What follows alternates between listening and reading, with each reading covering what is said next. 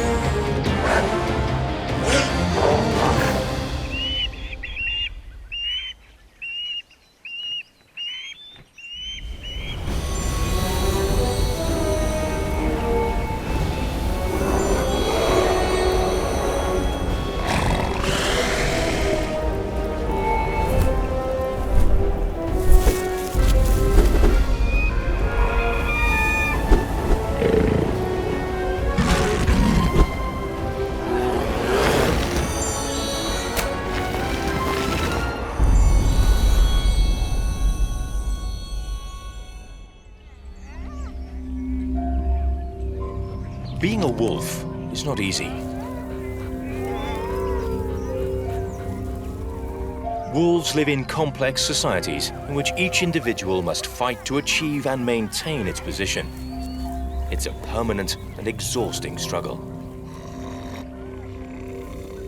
Status within the clan is earned by means of a lip-curling snarl, revealing powerful fangs, and a show of force over others.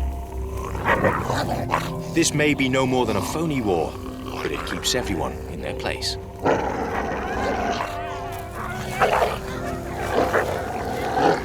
Bloodless confrontations like these are usually enough to intimidate any opponent.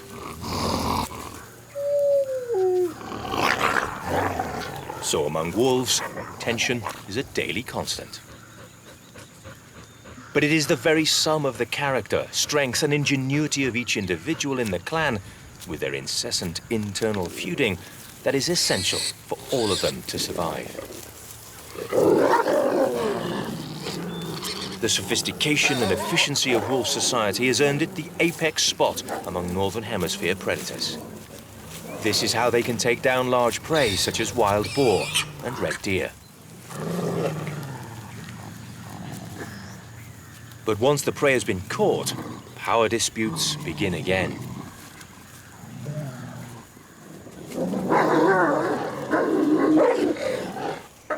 Wolves are extremely hierarchical animals. Each individual has its very specific rank, a fact that is never more clearly observed than when the pack eats. The leader, the most powerful of the pack, is always first to eat and gets to choose the best portions of meat. Maintaining such an efficient society requires great discipline and a very strict structure.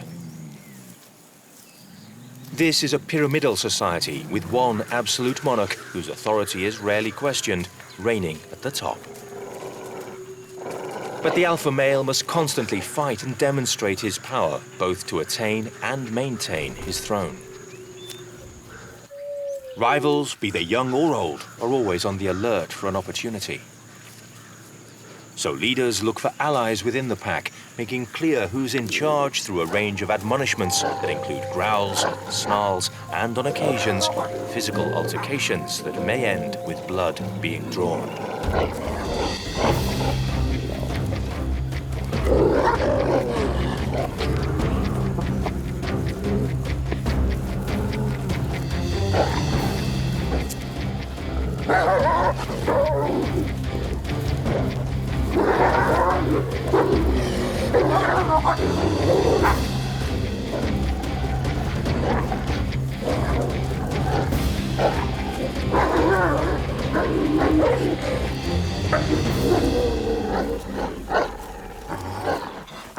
Sometimes the most antagonistic individual, probably not well liked within the clan, ends up feeling the business end of the whole group's powerful canines.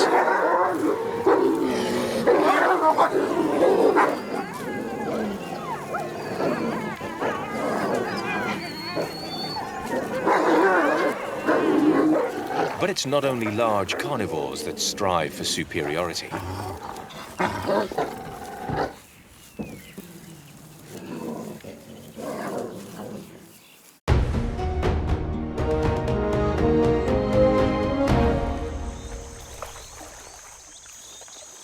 Many herbivores also form societies led by an elite of leaders.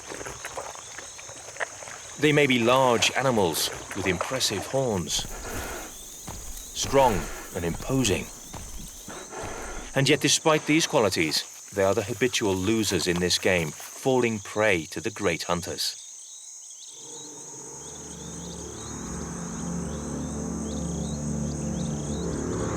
The lives of bovids and antelopes is a constant struggle, a never-ending race to escape the clutches of death.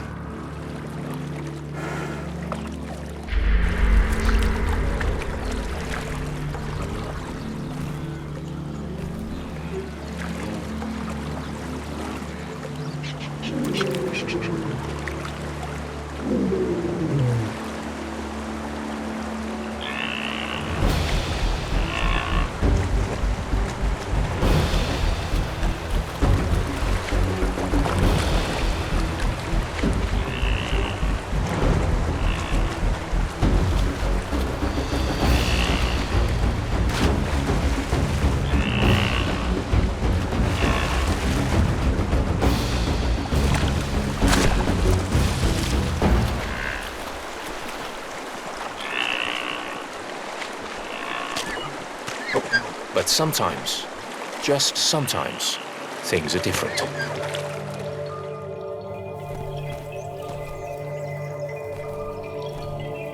In the same region that is the wolves' territory, Spanish fighting bulls live, famous for their ferocity and aggressive instinct.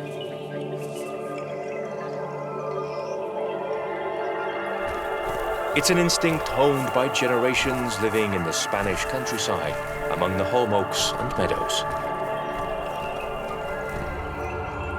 Their struggle to survive begins long before they reach any bull ring.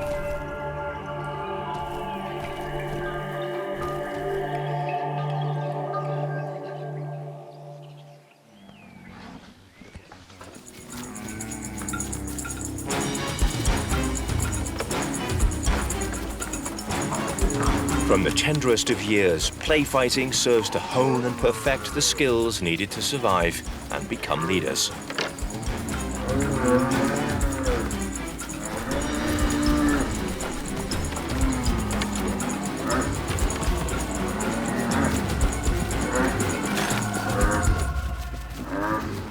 Among the large herbivores, the concept of dominance is gauged simply by force.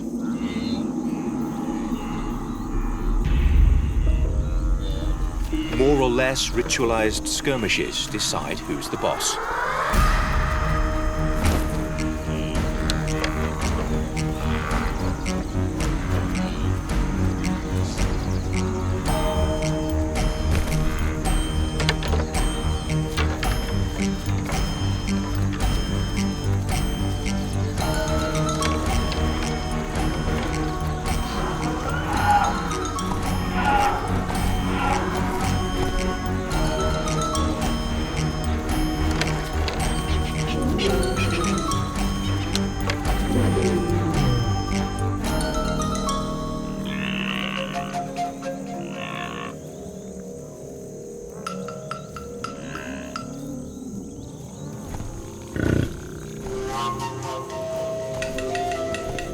African buffalo are related to Spanish fighting bulls, but unlike their northern cousins, prefer to be part of a team.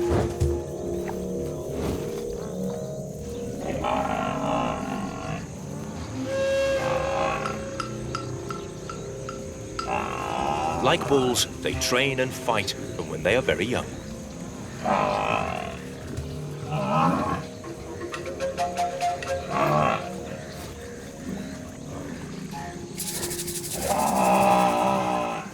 The herd's future leaders will emerge from such adolescent scuffles.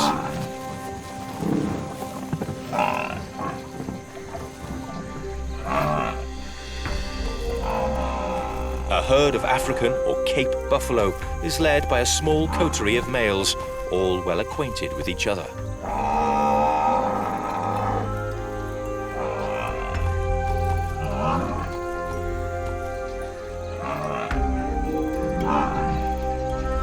The highest-ranking adult males lead in a kind of council of elders. This is the best way to survive a life lived at the mercy of the king of the savannah.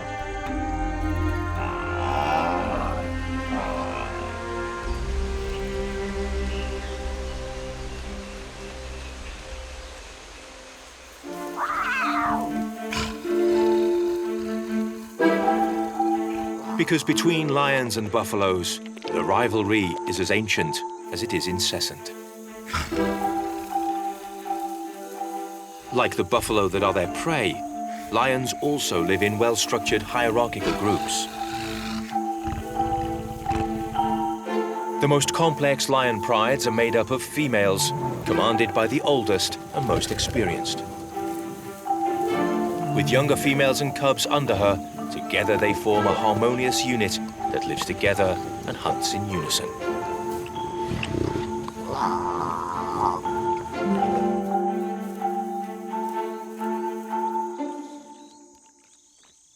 Male lions may fight to the death for their harems, but they hardly play any part in family life. The lionesses, despite being smaller than the males, are still formidably strong. Sometimes they will even put alpha males in their place.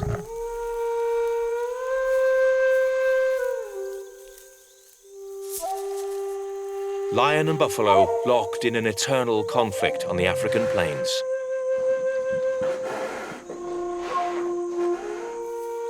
Two powerful societies forever engaged in their daily struggle.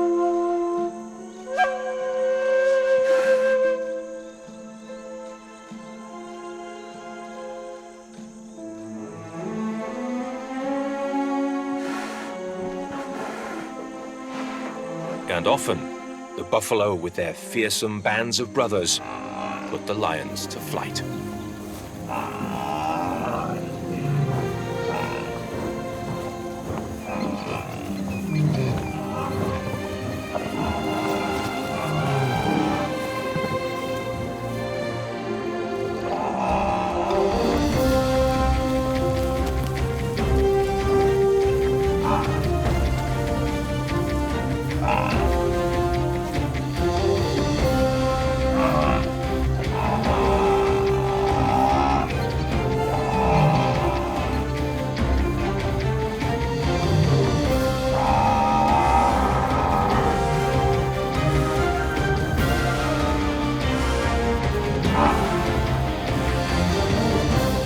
But the disputes of fighting bulls or buffaloes look like no more than playground antics when the nests of some birds of prey, such as black kites and goshawk, are studied.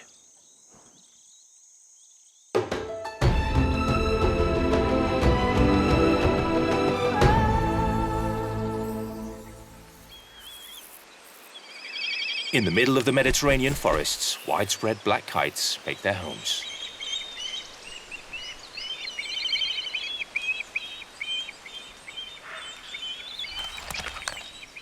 Pairs of parent kites bring food to their chicks from the moment they hatch.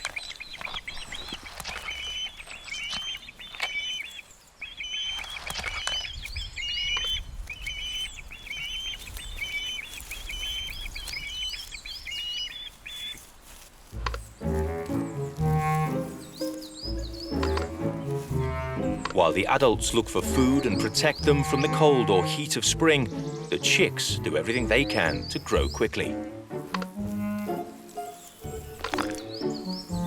Recent hatchlings may look fragile and helpless, but from the very first moment they emerge from the safety of their shells, they take up a fierce fratricidal fight that will last as long as they share a nest.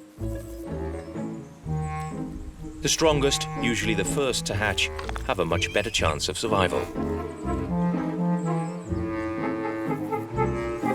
Smaller chicks are weaker and find it hard to get any food, especially during lean seasons.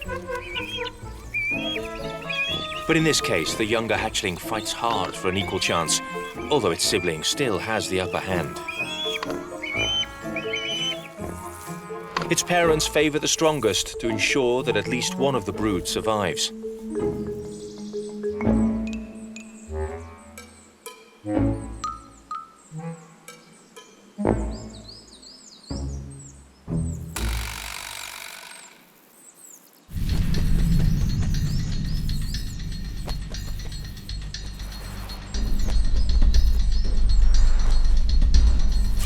A very similar scenario is played out in the goshawk's nest.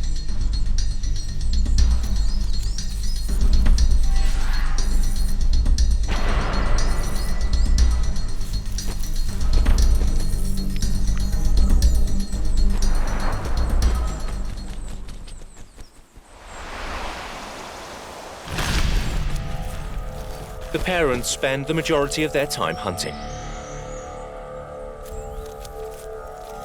The whole clutch will only survive if there is abundant food.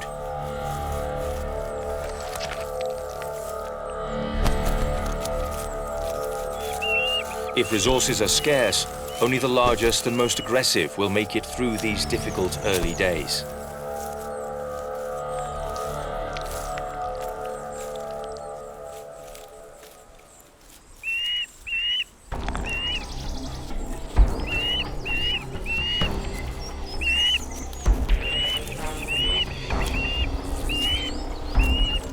This particular incarnation of the concept of survival of the fittest, with sibling pitched against sibling, is known as canism, and the parent birds can do nothing about it.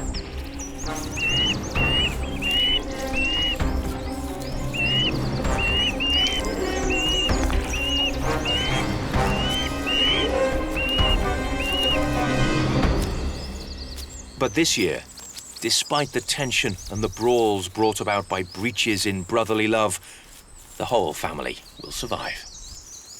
Once they fly the nest, the older brother will no longer hold any sway over his younger sibling, and he will be just another solitary goshawk flashing between the branches.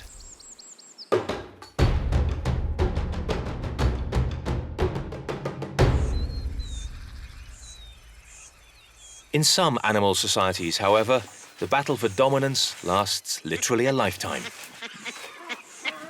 From almost the moment you're born until the day you die. On hardened steppes, trodden down by multitudinous buffalo hooves and patrolled by patient lions, an extremely hierarchical group of primates lives. Chacma, or Cape baboons. These baboons form clans of dozens or even hundreds of individuals, all ruled over by one large male. They patrol their territory daily looking for food.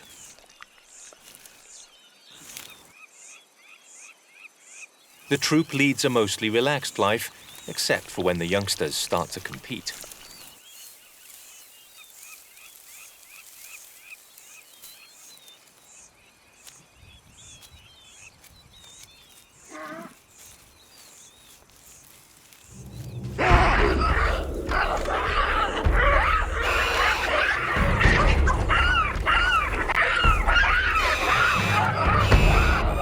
At that time, scuffles and skirmishes abound, helping define each one's position in the hierarchy of the extended family.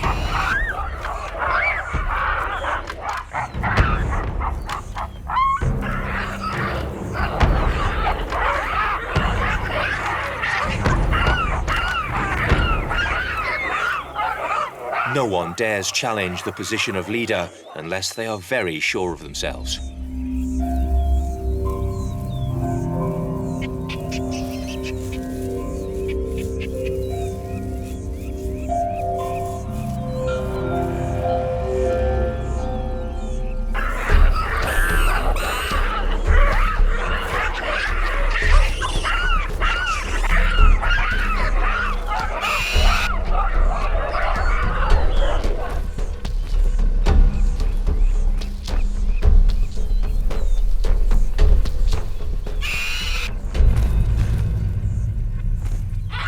That said, under the umbrella of the overlord's supremacy, young males are in a constant state of confrontation with the aim of climbing the primate's social ladder.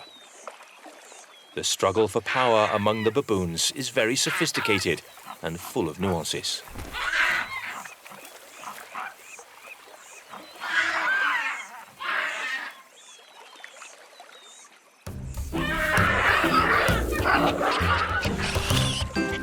From very young, they engage in schoolyard scraps, shoving matches, putting each other's heads in the water, mini boxing bouts, and pretend pursuits. Young baboons play fighting sharpens skills and helps form their first vital alliances. These war games serve to test each other and establish relationships of dominance and finally prepare them in the fight to be boss. But to ascend so high up the scale, you need strong relationships with your allies. In baboon society, no one comes to power without the backing of a court of loyal followers. Sometimes, to achieve such lofty status, even in complex societies, bloody battles are not the answer. Among packs of spotted hyenas, it is the females who are in command.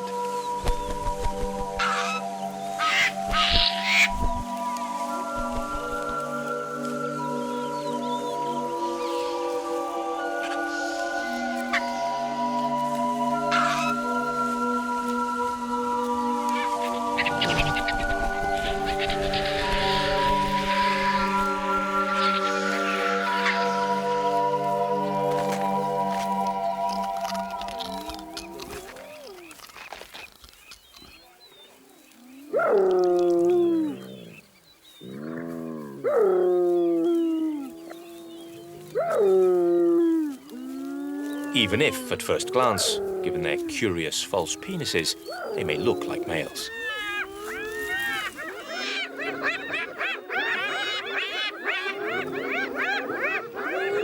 Spotted or laughing hyenas have evolved one of the most complex societies of all carnivores. In fact, they're similar in both size and structure to that of baboons.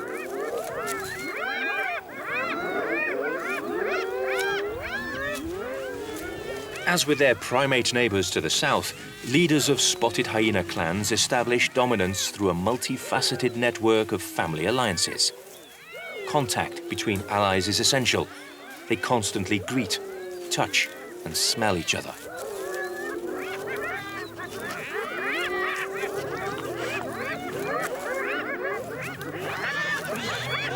As a result, size and strength are not the keys to power here, but rather relationships and politics.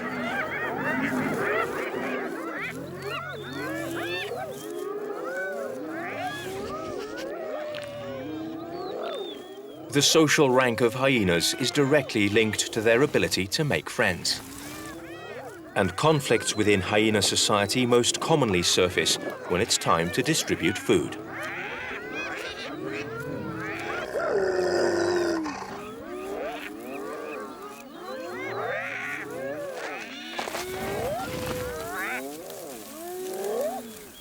This is when leaders make their presence felt, although usually through no more than a few growls and a firm paw.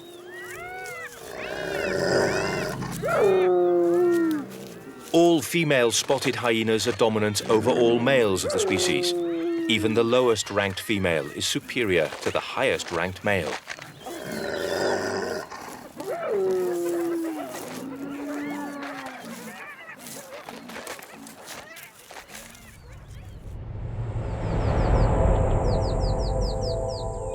A little further south, in South Africa, African wild dogs are led by a male and have a unique way of establishing group hierarchy.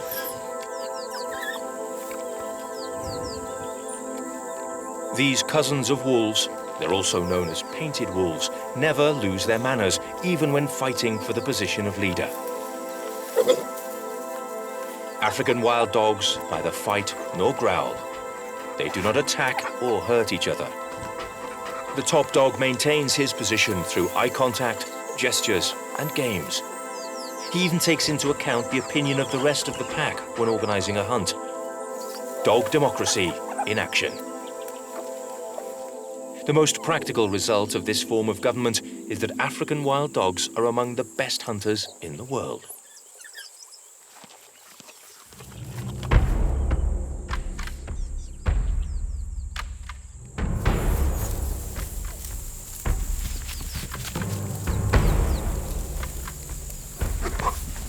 Painted wolves hunting sorties are tremendously efficient, with an astounding strike rate of 80%.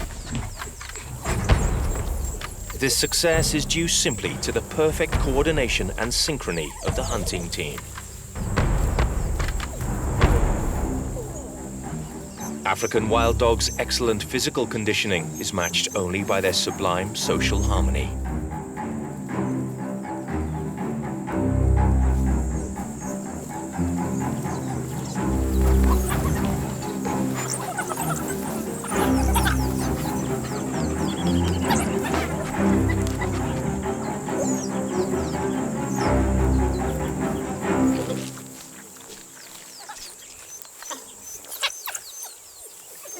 But these extraordinary canines are an exception in the animal world.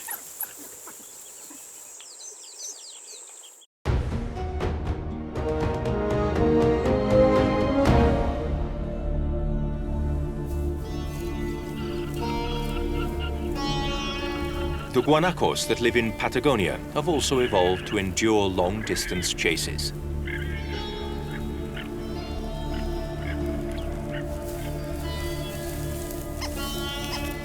These camels, are tough. They can withstand drought, strong winds, extremes of cold and heat, and on their robust legs can travel great distances.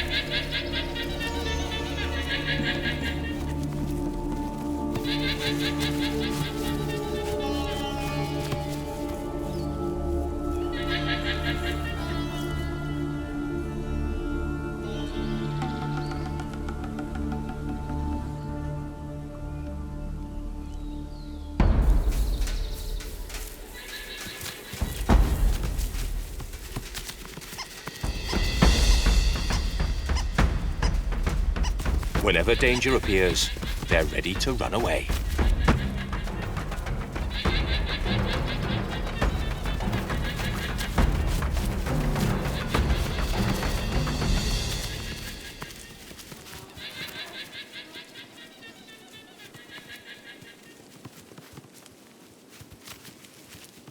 But the heights of guanaco hierarchy among young males is also scaled, well, by running.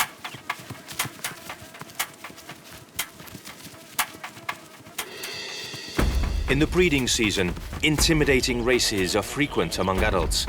Only the males that prevail will gain mating rights to females. And although both pretenders end up exhausted, the winner makes his rival turn tail and run.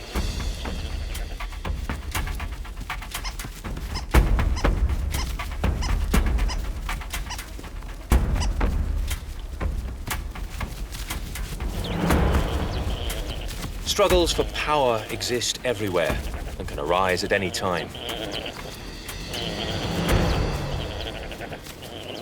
Being top dog is the access point to reproduction or to better food.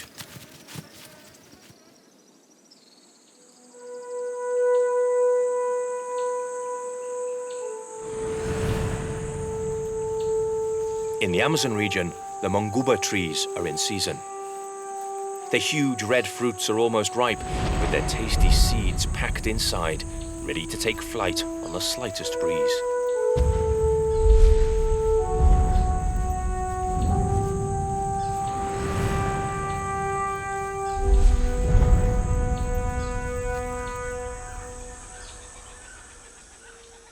Everything appears calm, until a noisy parrot discovers a fruit about to open.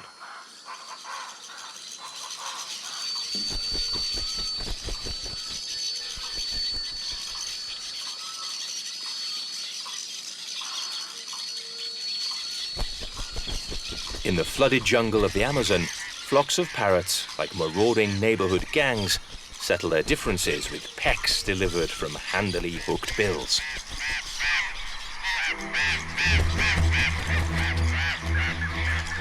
The overarching reason is food, with the details of the question always the same. Who's the most powerful? Who's the boss of this corner of the forest? And, by the way, who's going to eat first?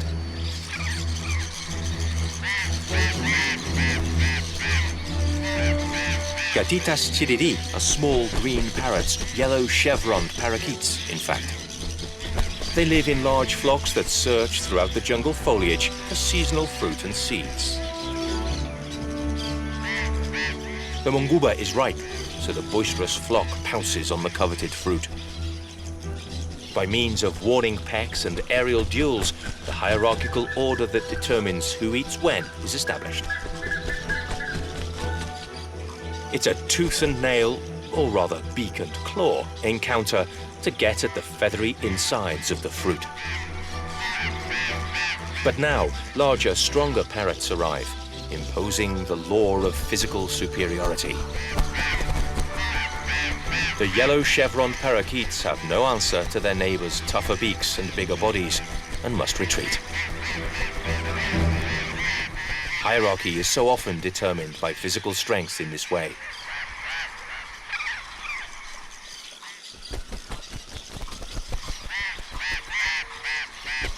But the benefit of so much fighting is that many munguba seeds are scattered and end up being dispersed through the air and forest in the most efficient way.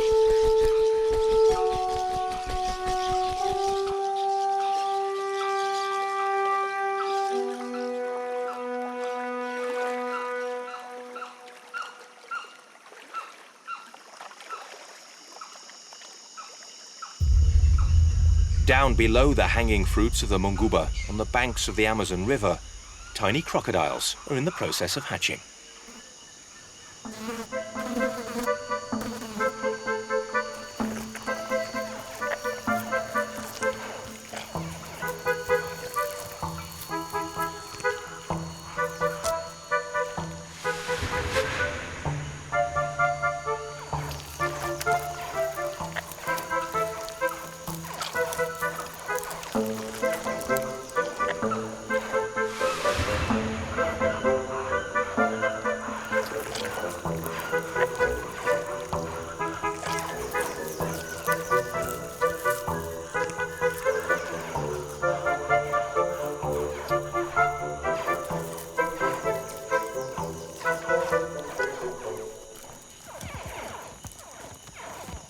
Even fearsome crocodiles endure a permanent struggle to survive and to prevail over their relatives.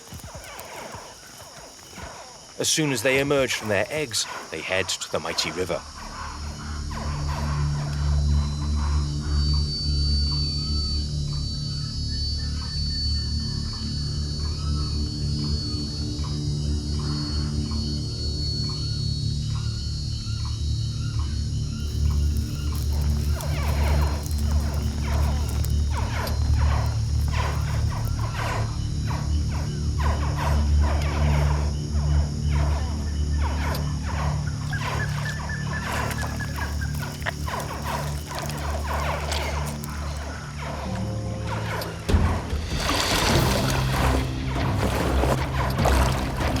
While still on shore, they show their most ferocious side as soon as a sibling approaches.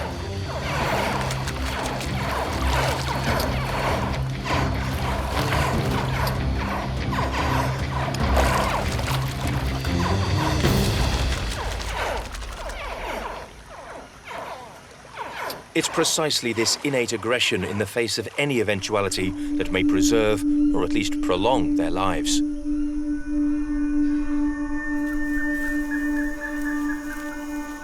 A green anaconda approaches. It's not exactly coming bearing gifts for a baby shower.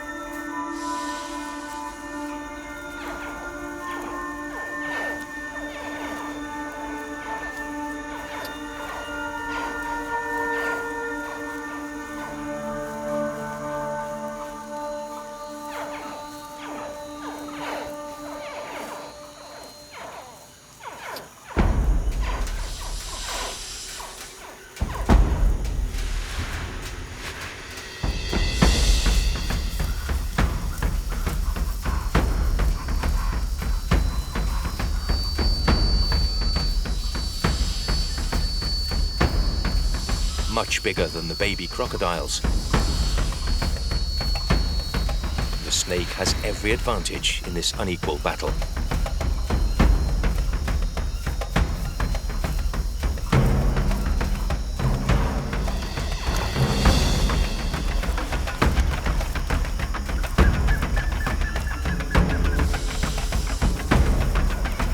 But the little reptiles take the initiative.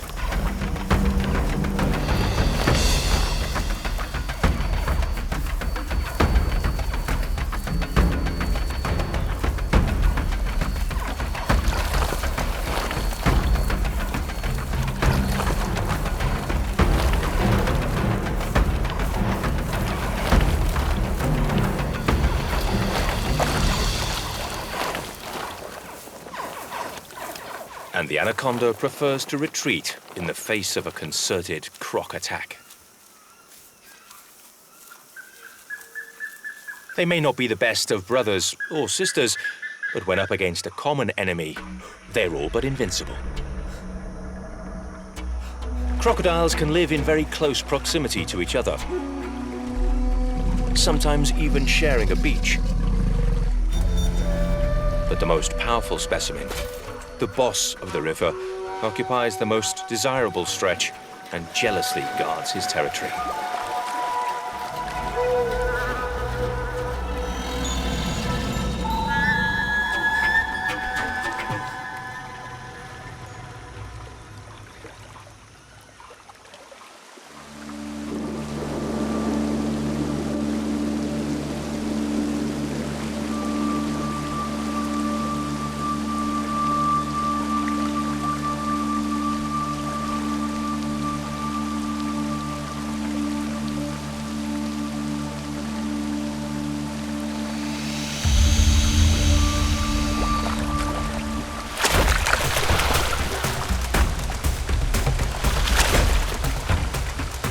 Fights between crocodiles intensify during the mating season, when males compete for females, engaging in fights that can be quite ferocious.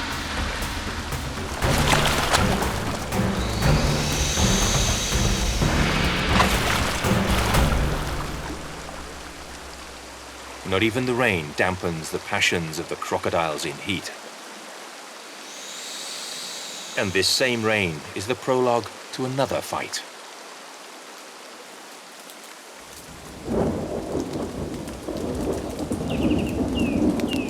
The storm soaks the jungle of Costa Rica and its inhabitants, including vultures.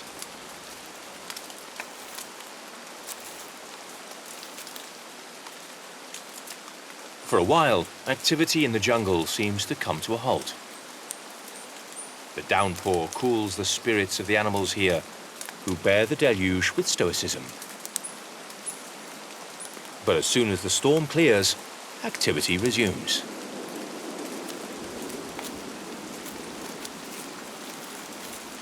These black vultures have found a good helping of food.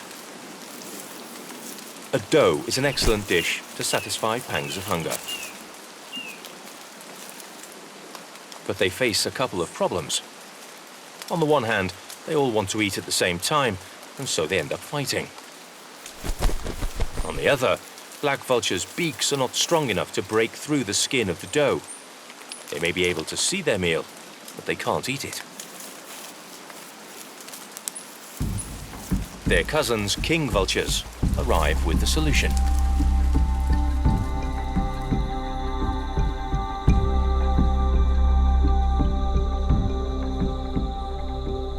These magnificent jungle vultures have beaks easily capable of carving through the carcass of the doe. The king vulture has a lot of class, clearly.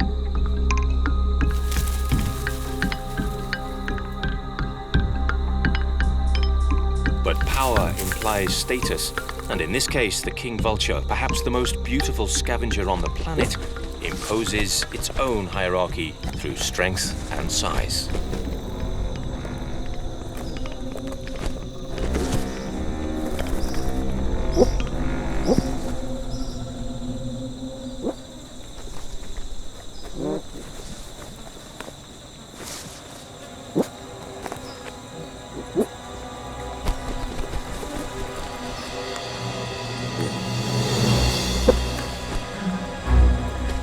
king vultures make it clear to their relatives that they must retreat and wait their turn.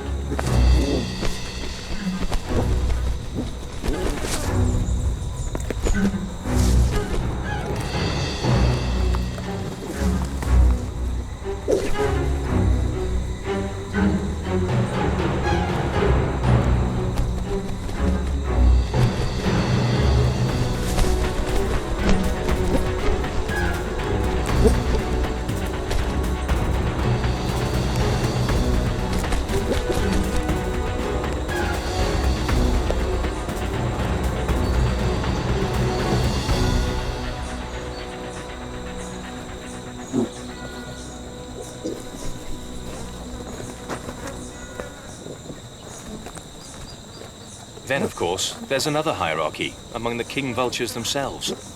The oldest individuals hold higher rank and relegate younger birds to the background.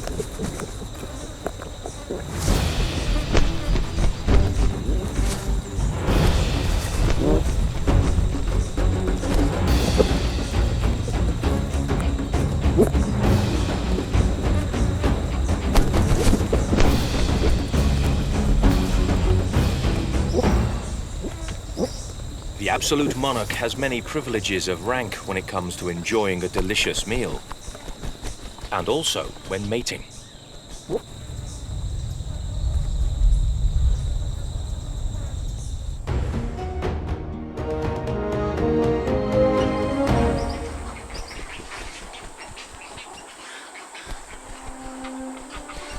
On the distant slopes of the Andes, surprising squabbles take place.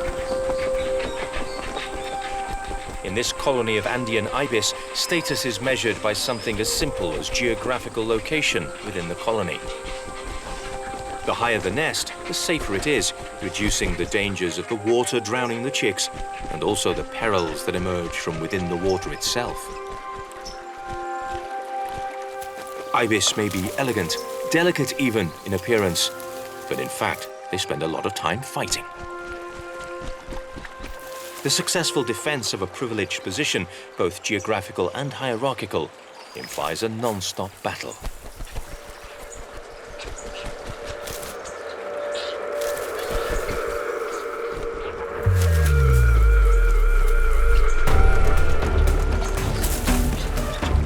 Zealous neighbors try to seize the best nests, or at least part of them. But any nest's owners will not give up anything without a fight, and winged scuffles are ceaseless.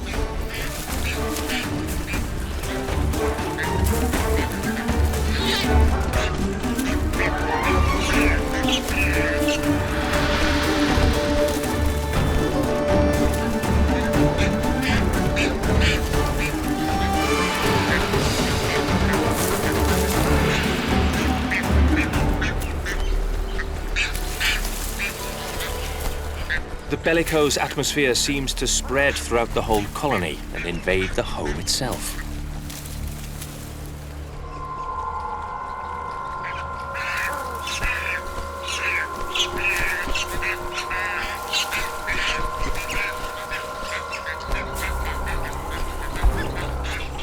The ibis chicks fight among themselves, even more so when a parent arrives laden with food. Less a peaceful family meal, more a pitched battle to fill one's stomach. The most developed chicks prevail and get the best portions of the meal. Despite the animosity at each mealtime, it seems that serious injury is rare. The same cannot be said for other confrontations.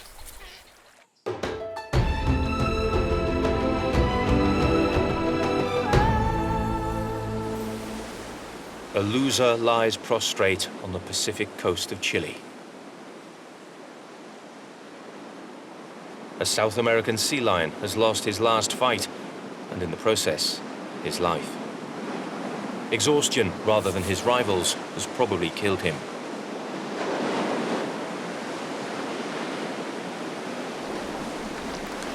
During the mating season, large male sea lions establish their little kingdoms on beaches among the rocks where they install their harems of females.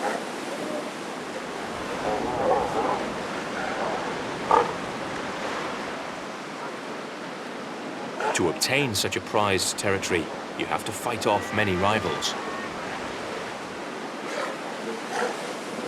This is when sea lions' rigid hierarchy comes into play. Massive males exert their dominance over weaker and younger males. A single large male may have a court of 15 females. But for all his power, he enjoys little in the way of peace or stability. For several weeks, he must guard the frontiers of his rocky terrain and prevent other males from taking over the harem. His position of superiority is always at stake, and so during this time he barely rests and never eats. This places a tremendous strain on the strength and stamina of a great male sea lion.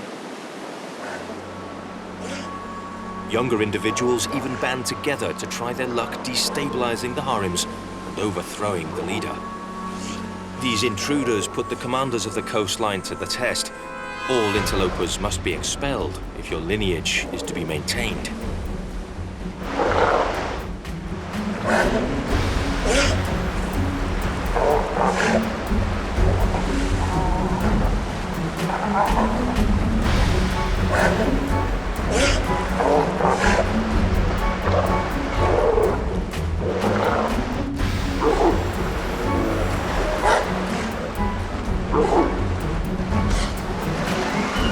Their efforts may prove successful, but the oldest or weakest among the top males often pay the ultimate toll.